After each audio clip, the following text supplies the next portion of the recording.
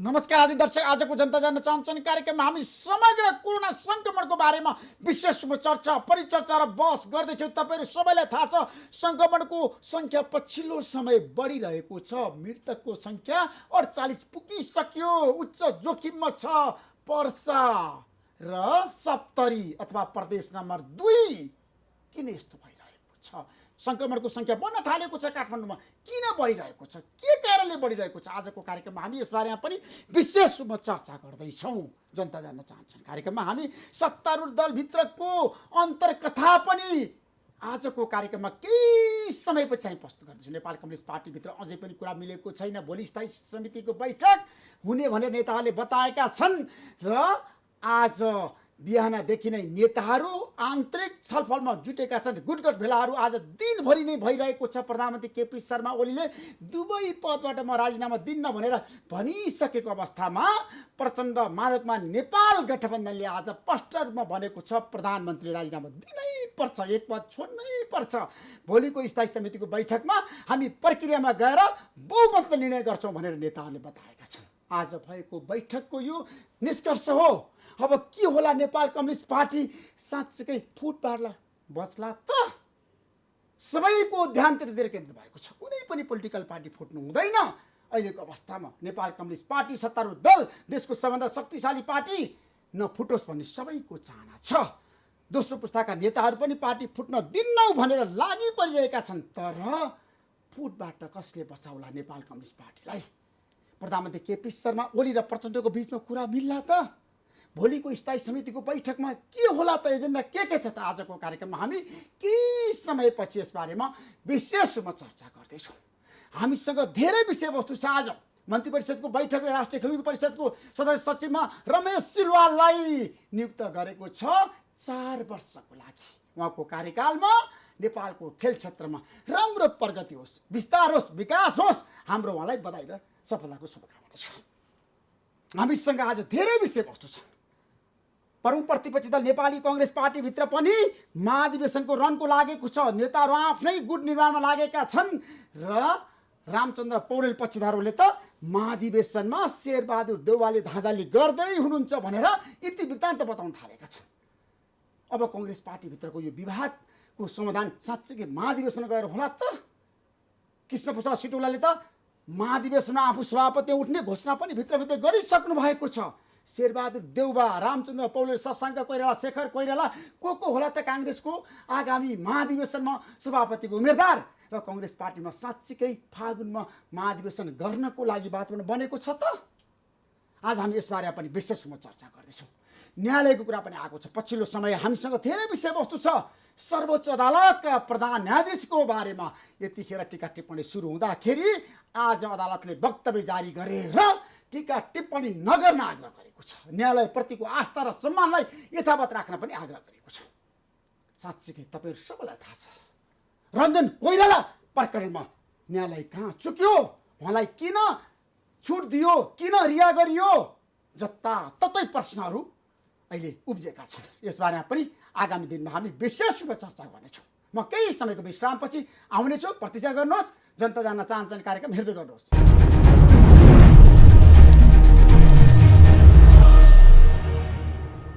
हाम्रो बीचमा जनता जान्न चाहन्छन् कार्यक्रममा स्वास्थ्य मन्त्रालयका प्रवक्ता डाक्टर जागेश्वर गौतम हुनुहुन्छ। तपाईँलाई म जनता जान्न चाहन्छन् कार्यक्रम स्वागत गर्न चाहन्छु। डाक्टर साहब आराम हुन्छ? ठिक छ, के धन्यवाद। हाम्रो देशमा कोरोनाको संक्रमणले एकदम जनमत त्रासमा छ नि। किन भन्नु त? के कारणले जोखिममा हो काठमाडौँ पनि? अब यसरी बुझ्नु पर्यो, हाम्रो देशमा कोभिड-19 को संक्रमण कति छ भन्नेबाट सुरु गर्नु पर्यो। र साउथ एसियन कन्ट्रीहरूको कम्पेयर गर्दाखेरि नेपालको स्थिति चाहिँ अलि राम्रो छ। यसमा चाहिँ स्वास्थ्य मन्त्रालय, नेपाल सरकारले राम्रोसँग काम गरेको छ। त्यसो भएर हामी कहाँ संक्रमणको दर चाहिँ कम छ। जस्तो हाम्रो साउथ एसियामा कम्पेयर गर्दा नेपालमा सबभन्दा बढी पिसिआर टेस्ट भएको छ प्रति 10 लाखमा 11,000 चाहन्छौँ, अब 12,000 पुग्ला छ, जहाँ कि इन्डियाको 11,000 चाहिँ छ, बङ्गलादेश श्रीलङ्का पाकिस्तानहरूको 7-8,000 छ होइन। र मृत्युदर चाहिँ 0.2 एकदमै कम हो यो होइन। तर मान्छे मर्नु हुँदैन, तर जति मरेका छन् 48 जना त पुगिसकिन्, 48 पुगेका छन्, यो मर्नु हुँदैन। तर पनि त कोरोना भाइरसको इन्फेक्सन भनेको यस्तो हो, सबैमा 100% चाहिँ बाँच्ने भन्ने हुँदैन होइन। यो चाहिँ दुःखद हो, तर सङ्ख्या चाहिँ कम छ। तर समुदायमा पुग्यो नि, अब कोरोना प्रवेश भइसक्यो नि जताततै। अब यसरी बुझ्नु पर्यो, अहिले हामीले जुन भनिरहेछौँ अहिले पनि कि नेपालमा कोरोना सङ्क्रमणको स्थिति के छ भनेर हामी दिनौँ प्रेस ब्रिफिङमा भनिरहेछौँ।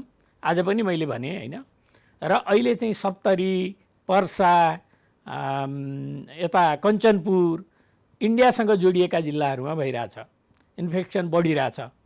यसको मतलब के हुन्छ भने दुईवटा कुरा हामीले यसबाट अनुमान गर्नुपर्छ। एउटा कुरा चाहिँ बोर्डरमा अझै राम्रो सिल गर्नुपर्छ बोर्डर, किनभने मान्छेहरू इन्डियाबाट काम गर्न नेपाल छिर्दै फेरि फर्किँदै जाँदै गरेका छन्। त्यहाँबाट आउने मान्छेहरूले अलिकति कोरोना सङ्क्रमण सार्ने सम्भावना जोखिम छ एक। दोस्रो कुरा, हाम्रो त्यो एरियामा काम गर्ने हाम्रा के अरे सुरक्षा निकायमा काम गर्ने कर्मचारीहरू, स्वास्थ्यमा काम गर्ने कर्मचारीहरू, जनसमुदायहरू, सर्वसाधारणहरू, उहाँहरूले चाहिँ कोरोनाबाट बच्ने उपायहरू अवलम्बन गरिरहनु भएको छैन भन्ने बुझिन्छ यसबाट। किनभने तपाईँले सोसल डिस्टेन्सिङ गर्नुभयो, 2 मिटरको दूरी कायम गर्नुभयो, मास्क लगाउनु भयो, सेनिटाइज गर्नुभयो भने कोरोना सर्दैन। यसबाट के बुझ्नु पर्यो भने जनस्वास्थ्यका मापदण्डहरू पालन गर्नेमा त्यो ठाउँमा चाहिँ कमजोरी रहेछ। अब हाम्रो ध्यान चाहिँ त्यतातिर केन्द्रित हुनुपर्छ। तर तपाईँलाई राम्रोसँग थाहा छ, तपाईँ स्वास्थ्य मन्त्रालय बसेर अनुगमन पनि गरिरहनु भएको छ, देशभरिको तथ्याङ्क पनि तपाईँको हातमा छ आजको दिनमा होइन। सङ्क्रमणको कुरा गर्दा, मृत्युको कुरा गर्दाखेरि विश्व भएका निको भएर उपचार भएर घर फर्कनेहरू पनि धेरै छन्। तर मधेसमा प्रदेश नम्बर 2 मा सङ्क्रमणको सङ्ख्या भत्तै बढ्यो, मृतकको सङ्ख्या पनि बढिरहेछ र वीरगन्जमा त निषेधाज्ञा पनि जारी छ, कर्फ्यू पनि लगाउनु पर्ने अवस्था आउन सक्छ भनेर धेरैले भनेका छन्। यो अवस्थामा सरकार कहाँ चुकेको छ? सरकारले गम्भीर भएर संवेदनशील भएर काम नगरेको हो रोकथामको लागि, नियन्त्रणको लागि। अब यसमा सरकारले गर्ने प्रयास प्रयत्न धेरै राम्रो छ। राम्रो हुँदाहुँदै पनि 100% प्रिभेन्ट हुँदैन। जस्तो तपाईँले जुन प्रश्न गर्नुभयो मलाई कि त्यहाँनिर इन्फेक्सन एकदम बढ्यो, अब त्यहाँ के अरे निषेधाज्ञा जारी गर्नु पर्यो। भोलि त्यस्तो अवस्था काठमाडौँमा आयो भने यहाँ पनि गर्नुपर्छ। सरकार चुप लागेर बस्दैन नि। सरकारले त जनताको स्वास्थ्य, शरीर रक्षाका लागि, जीवन रक्षाका लागि त काम गर्नुपर्छ नि, काम गर्नु पर्यो नि। हिजो आज म फेरि भन्न चाहन्छु, तपाईँको यो सञ्चार माध्यमबाट मैले भन्नै पर्छ, वीरगन्जमा राम्रोसँग मान्छेहरूले चाहिँ जनस्वास्थ्यका मापदण्ड फलो गरेको थियो भने आउने थिएन नि। यो रोग त नेपालमै उब्जेको होइन नि, नेपालमै बनेको रोग होइन नि। के वर्षामा आएको हो र हावाबाट आएको हो र? मान्छेहरूको आनी बानीले सरेको। अब त्यहाँको चाहिँ सम्पूर्ण जनसमुदायलाई म के रिक्वेस्ट गर्न चाहन्छु भने तपाईँहरू अब खतराको ठाउँमा हुनुहुन्छ, अब तपाईँहरूले यो मापदण्ड पुरा कायम गर्नुहोस्। जति मान्छेलाई आयो, अब एकजना पनि मान्छेलाई चाहिँ फैलिन नदिनुको लागि आजैदेखि तपाईँले गर्नु थाल्नुहोस्। भनेर मात्रै भएन, सावधानी खोइ त मलाई बताउनुहोस् न। यो सावधानी सरकारले गर्ने कि सावधानी जनताले? तपाईँको दायित्व होइन, सरकार त्यसमा उनको लिन्छ। हामीले नैतिक रूपमा दायित्व लिन्छौँ। तपाईँले जनमत बनाउनु पर्दैन? हामीले जनमत बनाइरहेको छौँ र यसरी बुझ्नु पर्यो, यो 100% प्रिभेन्ट गर्न सकिन्न, यसलाई कन्ट्रोलमा राख्नुपर्छ। यो कुरा चाहिँ के एभिडेन्सले पनि भन्छ भने आजभन्दा 15 दिन अगाडि हाम्रो सङ्क्रमण दर 10%, 8%, 10%को दरमा थियो। आज घटेर त्यो सङ्क्रमण दर 2%, 3%मा झरेको छ। यो सरकारले नगरे कसले गरेर भयो? सरकारले मात्रै गरेर भएन, सम्पूर्ण दाजुभाइ दिदीबहिनीहरूले हामीले लकडाउन गरेर चाहिँ तपाईँ घरमै बस्नुहोस् भन्यौँ, घरमै बस्नुभयो। तपाईँ पथपरहेजमा बस्नुहोस् भन्यौँ, पथपरहेजमा बस्नुभयो। इन्डियाबाट आउनुभयो, क्वारेन्टिनमा बस्नुहोस्, भलै क्वारेन्टिनमा राम्रो सेवा हामीले दिन सकेनौँ होला, कति ठाउँमा बस्दिनु भयो, उहाँहरूले फलो गर्नुभयो। त्यति बेलासम्म कोरोना राम्रोसँग कन्ट्रोलमा थियो। अहिले केही ठाउँमा आउटब्रेक भएको छ। यसको मतलब के भयो भने हामीले पालना गरेका जुन पनि जनस्वास्थ्यका मापदण्डहरू छन् केही ठाउँमा ब्रिच भयो, केही ठाउँमा फलो गर्नु भएन र अहिले चाहिँ उहाँहरू सङ्क्रमित हुनुभयो। यसबाट के शिक्षा लिनु पर्यो भने उहाँहरूले मात्रै होइन, देशभरिका सम्पूर्ण दाजुभाइ दिदीबहिनीहरूले के चाहिँ अहिले शिक्षा लिनु पर्यो भने जनस्वास्थ्यका मापदण्डहरू फलो नगरेको खण्डमा यो कोरोना आउटब्रेक चाहिँ फेरि हुँदो रहेछ। यो नेपालमा मात्रै भइरहेको होइन, जस्तो अस्ट्रेलियामा क्यानबेरामा केही थिएन, पछि चाहिँ के भयो, त्यहाँ फेरि लकडाउन गर्नु पर्यो। साउथ कोरियामा त्यसरी नै गर्नु पर्यो। अरू देशहरूमा पनि यस्तो कुरा भइरहेको छ। चीनमा पनि पछिल्लो समय आएर फैलियो, फेरि सङ्क्रमण देखिनै थाल्यो। फैलिन सक्छ, यो नयाँ रोग हो। यो मैले तपाईँलाई भन्नै पर्ने हुन्छ, यो रोग आयो, यो रोग कहिले जान्छ भन्ने कुरा हामीलाई पनि थाहा छैन अहिले। तर इभिडेन्सहरूले के भन्छ भने यो रोग बढ्न नदिनका लागि हामीले पथपरहेजमा बस्नै पर्छ। काठमाडौँमा पनि म अहिले आउँदै गर्दा, तपाईँको स्टुडियोमा आउँदै गर्दा मान्छेहरू हेरेँ 70-80%ले मास्क लगाएछन्, 20-30%ले लगाएको छैनन्। ती मान्छेहरू अहिले पनि रिस्कमा छन्। अनि आफूले पथपरहेजमा नबस्ने जनचेतनामूलक कार्यक्रम दिनु पर्दैन। स्वास्थ्य हामीले दिइरहेको छौँ, हामीले कोसिस गरिरहेछौँ, हामीले गरिरहेछौँ। नलगाउनलाई कारबाही गर्छौँ भने तपाईँहरू भन्न सक्नुहुन्छ? हामीले भनिरहेछौँ, गृह मन्त्रालयले पनि भनिरहेछ, हामी गरेनन् भने कारबाही पनि गर्छौँ।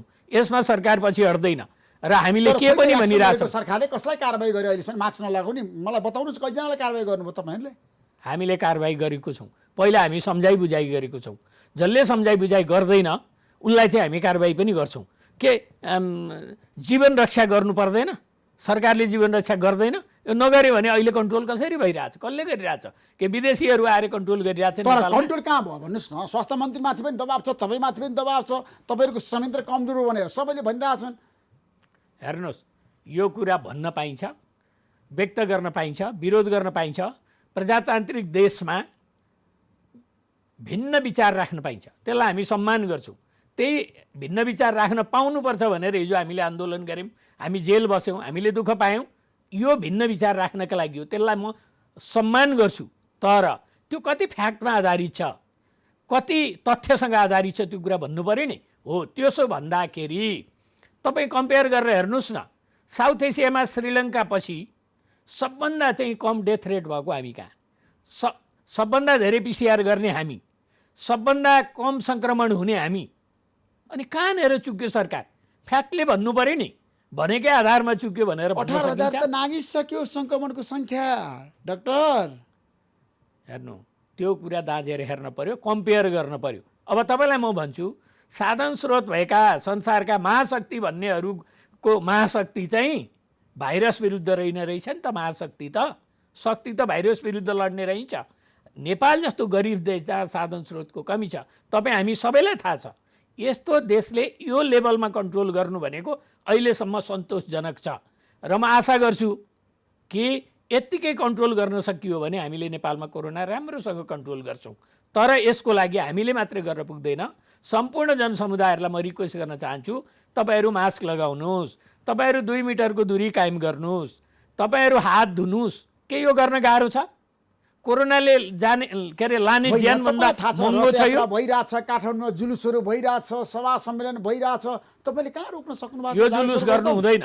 मैले आज पनि भनिरहेको छु, हिजो पनि भनेको थिएँ, यो राजनीतिक गैर राजनीतिक कुनै पनि किसिमको जुलुस, धरना, भिडभाड यो गर्नु हुँदैन। यो गल्ती छ, यो जसले गरे पनि गल्ती छ। मैले गरे भने नि गल्ती छ। पनि गर्न थालिसक्यो अब त।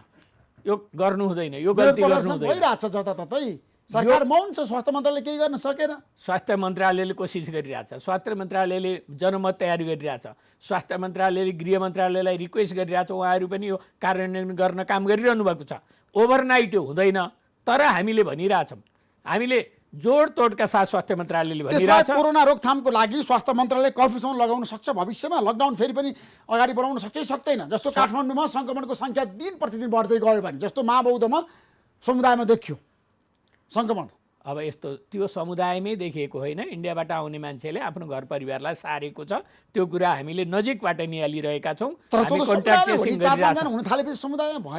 भोलि मैले भन्नै पर्छ, तपाईँले मलाई अलि प्रोभोकिङ क्वेसन सोधिरहनु भएको छ, मैले भन्नुपर्छ। आज वीरगन्जमा जस्तो, सप्तरीमा जस्तो अवस्था काठमाडौँमा आयो भने लकडाउन मात्रै होइन, निषेधाज्ञा जारी गरेर पनि उपचार गर्नुपर्छ। र म सम्पूर्ण जनसमुदायलाई के रिक्वेस्ट गर्न चाहन्छु भने त्यो अवस्था आउन नदिनुहोस्। तपाईँको व्यापार व्यवसाय स्वतन्त्रतामाथि पनि अप्ठ्यारो पर्छ। त्यसो भएर त्यो अवस्था आउनै नदिनुहोस्। हामी केही गर्दैनौँ अहिलेकै अवस्थामा हामी राख्न सक्छौँ, तर सबैले फलो गरेन भने त जनताको जीवको रक्षा त गर्नै पर्छ। भोलि कर्फ्यू पनि लगाउनु पर्न सक्छ, लकडाउन सङ्कटकाल पनि घोषणा गर्नुपर्ने अवस्था आउन सक्छ जरुर। त्यसो भए सावधानी नै आजको औषधि हो, होइन? सबैभन्दा ठुलो कुरा एउटा मात्रै कुरा मैले पटक पटक भनिरहेको छु। मैले 100 चोटि भने म 101 चोटि फेरि भन्छु, तपाईँले सामाजिक दूरी कायम गर्नुहोस्, मास्क लगाउनुहोस्। मेडिकल मास्कै चाहिँदैन, लुगाको सिलाएको मास्क पनि लगाउन मिल्छ, 3 पत्री छ भने त्यसले काम गर्छ। र तपाईँले चाहिँ सेनिटाइजर युज गर्नुहोस्। साबुन पानीले मिची 20 सेकेन्डसम्म चाहिँ हात धुनुहोस्। एकदम जरुरी नभएरी अत्यावश्यक नपरिकन अहिले पनि घरबाट ननिस्किनुहोस्। अहिले तपाईँको ज्यान चाहिँ खतरामा छ, हामी सबैको ज्यान खतरामा छ। म फेरि पनि अर्को कुरा थप्न चाहन्छु। सम्पूर्ण जनसमुदायहरूले यदि पालना गर्नु भएन भने तपाईँहरूले रोग चाहिँ सुरक्षाकर्मी र विशेष गरी स्वास्थ्यकर्मी डाक्टरलाई सार्नुभयो भने, डाक्टर स्वास्थ्यकर्मीहरूको स्वास्थ्य खराब भयो भने, उहाँहरूको मृत्यु भयो भने, भोलि उपचार गर्न सक्ने मान्छे भएन भने तपाईँहरू त्यसै मर्नुहुन्छ, उपचार नपाएर मर्नुहुन्छ। त्यसो भएर यी स्वास्थ्यकर्मी, यी डाक्टर, चिकित्सक, यी सबैलाई बचाउनको लागि तपाईँले योगदान गर्ने बेला भएको छ। कुनै ठुलो योगदान गर्नु परेको छैन। डिस्टेन्स कायम गर्नुहोस्, मास्क लगाउनुहोस्, सेनिटाइज युज गर्नुहोस्, घरबाट काम नपरिकन बाहिर ननिस्किनुहोस्। डाक्टर साहब, तपाईँले भन्नुभयो अहिलेको अवस्थामा काठमाडौँ उपत्यका जोखिममा छैन भन्ने तपाईँको निष्कर्ष हो? मैले सधैँ भनिरहेको छु, देशभरिका सबै भागहरू जोखिममा छन्। काठमाडौँको जनसङ्ख्या धेरै भएको हुनाले, 50 लाख करिब जनसङ्ख्या यहाँ भएको हुनाले काठमाडौँ उच्च जोखिममा छ अहिले पनि। किनभने जोखिम कम भयो हामीले भनेकै छैन। लकडाउन खोल्ने सिफारिस स्वास्थ्य मन्त्रालयले किन गर्यो भने देश पनि चल्नु पर्यो। मान्छे कोरोना लागेर चाहिँ मर्ने भन्दा खान नपाएर भोकमरीले मर्ने समस्या आउने भयो। इकोनोमिक एक्टिभिटीहरू भएन, राज्यका सब चाहिँ अङ्गहरूले काम गर्नलाई अप्ठ्यारो भयो भनेर सजिलोको लागि खोलेको, ज्यानै जोखिममा पार्ने गरी हामीले खोल्ने भनेको होइन। यदि तपाईँहरूले फलो गर्नु भएन भने फेरि हामीले लकडाउन गर्नुपर्ने हुन्छ। त्यो जोखिम अहिले पनि छ। यो कुरा सबैले याद गर्न, मनन गरेर त्यो अनुसार व्यवहार गर्न म विनम्रतापूर्वक स्वास्थ्य तथा जनसङ्ख्या मन्त्रालयको तर्फबाट हार्दिक अनुरोध गर्दछु। त्यसो भए डाक्टर साहब, सुरक्षा निकायको कुरा गर्दाखेरि सशस्त्रमा, नेपाल प्रहरीमा, नेपाली सेनामा सङ्क्रमण पछिल्लो समय कसरी देखियो, के कारणले देखियो भन्नु सर? हेर्नु, मैले भनिरहेको छु, कोरोना सङ्क्रमित मान्छेहरू को सङ्क्रमित छ भनेर थाहा हुँदैन। जहाँ चाहिँ कोरोना सङ्क्रमित मान्छेहरू हुन्छन् त्यहाँको म्यानेजमेन्टको लागि सुरक्षाकर्मी र स्वास्थ्यकर्मीहरूले साथ दिनुपर्ने हुन्छ, काम गर्नुपर्ने हुन्छ। उहाँहरूलाई पनि कामको सिलसिलामा सरेको, कामको सिलसिलामा सर्यो र सरेर सङ्क्रमित हुनुभएको छ। स्वास्थ्यकर्मीहरू, चिकित्सकहरू, नर्सहरू सङ्क्रमित हुनुभएको छ, सुरक्षाकर्मी पनि सङ्क्रमित हुनुभएको छ, अरू जनसमुदायहरू पनि सङ्क्रमित हुनुभएको छ। हामीले पहिल्यैदेखि भन्दै आएका छौँ, जसले भिडभाडमा काम गर्छ उसलाई सङ्क्रमितको चान्स धेरै छ। किन स्वास्थ्यकर्मीहरू र सुरक्षाकर्मीहरू भिडभाडमा काम गर्नुपर्छ अनि ग्रुपमा बस्नुपर्छ। काम यस्तो व्यस्त र बिजी काम र रिस्की काम छ, त्यो काम गर्दाखेरि उहाँहरूलाई सरेको छ। उहाँहरूलाई हामीले बचाउनुपर्छ, उहाँहरूलाई हामीले उपचार गर्नुपर्छ। अरू सुरक्षाकर्मी, स्वास्थ्यकर्मीहरूलाई म फेरि पनि रिक्वेस्ट गर्न चाहन्छु, तपाईँहरूले प्रिकसन लिनुहोस्। तपाईँहरूको ज्यान जोखिममा छ, सुरक्षा तपाईँहरूले अपनाउनुपर्छ। सरकार यसको लागि तयार छ। तपाईँहरूलाई कति पिपिई चाहिन्छ हामी उपलब्ध गराउन तयार छौँ। हामीसँग अहिले पिपिईको कुनै समस्या छैन। तपाईँहरू प्रिकसन लिनुहोस्। तपाईँहरूको ज्यान बच्यो भने जनताहरूको ज्यान बच्छ। त्यसकारण तपाईँको स्वास्थ्य चाहिँ एकदमै इम्पोर्टेन्ट छ। तपाईँ आज सुरक्षाकर्मीले राम्रोसँग काम पनि गरेका छन् है, जोखिमको बेलामा मान्नुपर्छ। कोरोना सङ्क्रमणको बेलामा म स्यालुट गर्न चाहन्छु उहाँहरूलाई। एकदम उपलब्धिमूलक, उत्साहजनक छ। हामीले स्यालुट गर्नुपर्छ सुरक्षाकर्मीहरूलाई। स्वास्थ्यकर्मीहरू, सुरक्षाकर्मीहरूलाई म यस अर्थले पनि स्यालुट गर्न चाहन्छु कि तपाईँहरूले धेरै राम्रो काम गर्नुभएको छ। तपाईँहरूले आफ्नो ज्यान जोखिममा राखेर भए पनि तपाईँहरूले सेवा दिइरहनु भएको छ। यसको लागि हामी स्यालुट गर्न चाहन्छौँ। हामी तपाईँहरूलाई सम्मान गर्न चाहन्छौँ। त्यति मात्रै भनेर पुग्दैन। तपाईँहरूको पनि परिवार छ, तपाईँहरूको पनि आफ्नो लाइफ छ। यसको सुरक्षाको लागि सरकारले उपचारमा कुनै कसर बाँकी राख्दैन। तर अरू सुरक्षाकर्मी र स्वास्थ्यकर्मीहरूलाई म फेरि विनम्रतापूर्वक अनुरोध गर्न चाहन्छु, तपाईँहरू डाइपर लगाएर काम गर्नुभएको छ, तपाईँ खान पाउनु भएको छैन, पानी पिउन पाउनु भएको छैन, दुःखका साथ काम गर्नुभएछ। तपाईँहरूको सुरक्षाको लागि कतिपय ठाउँमा जनताहरूले सर्वसाधारणहरूले उल्लङ्घन गर्नुभएको छ हाम्रो जनस्वास्थ्यको मापदण्ड, उहाँहरूले त्यसो नगर्नुहोस् भन्ने पनि म यही साथसाथमा भन्न चाहन्छु। तपाईँ आज जुन अवस्थामा हुनुहुन्छ, स्वास्थ्य मन्त्रालय प्रवक्ताले आधिकारिक सूचना जनतालाई दिइरहँदाखेरि अब जनताहरू निश्चिन्त भएर बसे हुन्छ? निश्चिन्त हुने अवस्था छैन। तपाईँहरू चाहिँ जनस्वास्थ्यका मापदण्डहरू पालना गरेर मात्र निश्चिन्त बस्न सक्नुहुन्छ भन्न चाहन्छु। त्यसो भए अब जनताहरूले आवाजात गर्दाखेरि काठमाडौँ उपत्यकाबाट बाहिर जाने र आउनेहरू त लगातार भइरहेछ नि, खोइ त तपाईँहरूको ध्यान त्यतातिर गएको? त्यसको लागि पनि हाम्रो ध्यान गइरहेछ। मैले तपाईँलाई अहिले भन्न चाहन्छु, हिजो र आज गरेर हामीले सागा र यता नागढुङ्गाको चाहिँ के अरे गौडामा हामीले अहिले कोरोना भाइरसको टेस्ट गरिरहेछौँ। हिजो र आज गरेर 3400 स्याम्पल हामीले कलेक्सन गऱ्यौँ। त्यो कलेक्सन गर्नुको कारण के थियो भने त्यहाँ त देशभरिबाट मान्छे आउनुहुन्छ। उहाँहरूको स्याम्पल कलेक्सन गरेपछि देशभरिको झन्डै पिक्चर थाहा हुनसक्छ। यदि उहाँहरू पोजिटिभ आयो कसैलाई भने त्यो ठाउँमा गएर हामी कन्ट्याक्ट ट्रेसिङ गरेर त्यो ठाउँलाई हामीले प्रायोरिटीमा राख्छौँ। यो पनि स्याम्पलिङको एउटा टेक्निक हो। हामीले यो काम गरिरहेछौँ। 1-2 दिनमा यसको रिपोर्ट आउँछ। यसले हामीलाई अरू इन्फर्मेसनहरू दिन्छ। त्यो इन्फर्मेसनको आधारमा हामी रणनीति तयार गर्छौँ। त्यसो भए काठमाडौँ बाहिर जानको लागि पनि छुट छ, आउनको लागि पनि छुट छ, किन तपाईँहरूले चाहिँ कडाइ गर्नु भएन सीमामा? के कारणले? अब यस्तो नाकामा यस्तो कुरा छ, जनस्वास्थ्यका मापदण्डहरू फलो गरेर हिँड्न चाहिँ पाइन्छ, हिँड्न पाइन्छ, तर हुल आएका छन्, गएका छन् जनताहरू गाडीमा गरेर हिँड्नु हुँदैन। यदि कहीँ कथम कदाचित त्यस्तो भएको छ भने त्यो ठिक होइन, त्यो गलत हो। त्यो कुरा चाहिँ नियन्त्रण गरिन्छ। त्यसो भए बसमा पनि सावधानी अपनाइएको छैन, बसमा पनि सावधानी छैन, त्यहाँ पनि विभिन्न ठाउँ तपाईँले गएर असन बजारमा हेर्नुहोस्। अब र हामीले अहिले के भनिरहेछौँ, के गरिरहेछौँ भने हामीले सूक्ष्म तरिकाले अध्ययन गरिरहेछौँ, अब्जर्भ गरिरहेछौँ। यदि यसरी फेरि पालन गरिएन भने त्यसको स्ट्राटेजी हामी चेन्ज गर्छौँ। र रणनीति तपाईँहरूको के हुन्छ त्यतिखेर? जनताले पालना गरेन, सडकमा आइरह्यो भने, सावधानी अपनाएन भने, सामाजिक दूरीमा बसेनन् भने? सङ्क्रामक रोग नियन्त्रण ऐन अनुसार कारवाही हुन्छ। त्यसमा यदि कसैले सङ्क्रमण हुने कुरालाई बढावा दिने गरी काम गर्छ भने 6 महिनासम्मको जेल सजाय समेत हुन सक्छ। यदि कसैले तपाईँहरूले बनाएको मापदण्डलाई मानेन भने 6 महिनासम्म जेल जान सक्छ, पनि जान सक्छ। त्यसमा अरू पनि सजायका उहरू छन्। हामी पहिला चाहिँ उहाँहरूलाई चाहिँ सचेत गराउँछौँ, उहाँहरूलाई सम्झाउँछौँ, बुझाउँछौँ, मास्क लगाउन प्रेरित गर्छौँ, हामी सिकाउँछौँ, होइन? जरिवाना पनि गर्न मिल्छ र कानुनी रूपले कारवाही पनि गर्न मिल्छ। मास्क नलगाई हिँड्यो भने 6 महिनासम्म जेल पनि जान सक्छ। राज्य निरीह भएर बस्दैन, कानुन अनुसार चाहिँ कारवाही गर्छ नि। अर्काको ज्यान, आफू त मर्ला, आफू पनि मार्न पाइन्न, त्यसमा पनि कानुन लाग्छ भने अरूको ज्यान जोखिम पार्ने गरी त काम गर्न पाइँदैन नि। स्वतन्त्रताको नाउँमा जे पनि गर्ने स्वतन्त्रता छ, मान्छे मार्ने स्वतन्त्रता छ। मैले कानुन पढाएको छैन भनेर मान्छे मार्न पाइन्छ?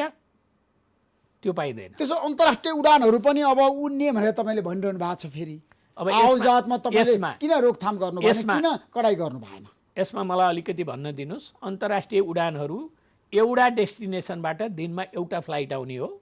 त्यो फ्लाइटमा आएका मान्छेहरूलाई चाहिँ टिकट किन्दाखेरि काठमाडौँको एउटा होटल पनि बुक गर्ने त्यसैमा इन्क्लुड हुन्छ र मान्छेहरू प्लेनमा आउँछन् र उनीहरू चाहिँ काठमाडौँको होटलमा बस्छन्।